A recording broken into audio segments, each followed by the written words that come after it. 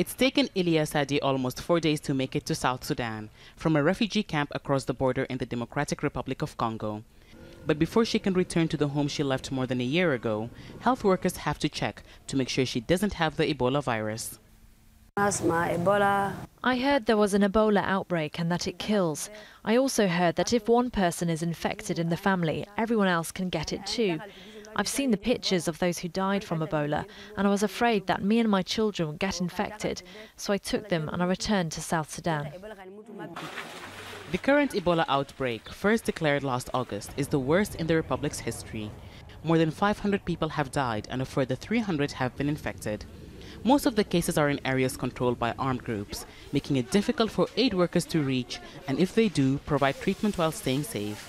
At refugee camps near the epicenter of the epidemic, more South Sudanese are choosing to head home. People arriving from the neighbouring Democratic Republic of Congo are screened for Ebola at sites like this one in the center of Yei. People arriving from Uganda, which is also considered a high-risk country, are also screened. But others are getting through without screening because of challenges at the border. Aid agencies say between 50 and 100 people are arriving in South Sudan every day. But not all crossing points have screening sites, and not all screening sites are easily accessible, which is raising fears about the potential spread of the disease. Border screening sites, they are located between the border areas between DRC and South Sudan and Uganda and South Sudan. They are extremely hard to reach due to complex security situation and extremely poor infrastructure. So these two are the major challenges that we face in terms of setting up, gaining access and maintaining access for continued EVD, Ebola virus disease prevention and preparedness activities. The authorities in Yei say they're trying to raise awareness to make it easier for people to get screened.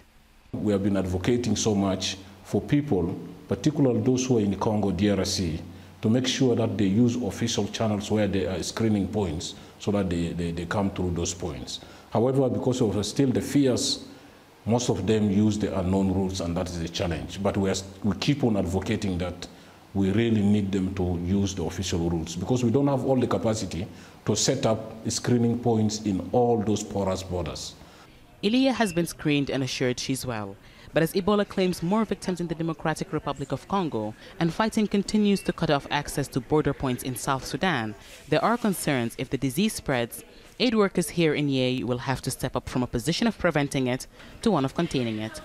Hiba, Al Jazeera, Yei River State.